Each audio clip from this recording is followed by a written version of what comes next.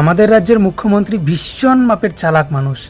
কারণ যখন তিনি দেখলেন যে সম্পূর্ণ হিন্দু ভোট তার বিরুদ্ধে, তখন তিনি কি করলেন, তখন তিনি হুমায়ুন কবিরকে তার বিরুদ্ধে লাগালেন, যাতে যে মানে যত মুসলিম ভোট আছে সেটা হুমায়ুন কবির টানে, টোটালটাই সেটা হুমায়ুন কবির পেয়ে যাবেন। তাছাড়া বাকি যেগুলো আছে সেটা তো মুখ্যমন্ত্রী আমাদের পেয়ে যাবেন।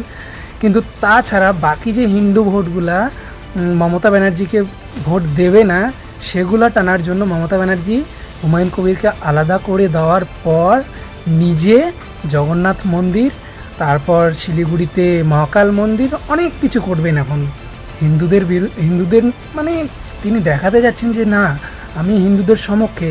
কিন্তু ওই মনে আছে তো আপনাদের ওই মুর্শিদাবাদের ঘটনা, কি হলো তখন, মোথাবাড়ির ঘটনা, এসবের পর মুখ্যমন্ত্রী বুঝে গিয়েছিলেন যে তিনি আর নেই এই বাংলায়, 2026-এ তিনি আর নেই। তাই তিনি এই স্কিমটা চালু করলেন। এখন মানুষকে বোকা বানাচ্ছেন, আর সেটা আমাদের বুঝতে হবে। আর সেটা যদি আমরা বুঝতে না পারি তো আমাদের ভবিষ্যৎ অন্ধকার। মানে আমাদের মতো বয়সী ছেলে মেয়েরা যারা আছে তাদের কেরিয়ার একদম সর্বনাশ।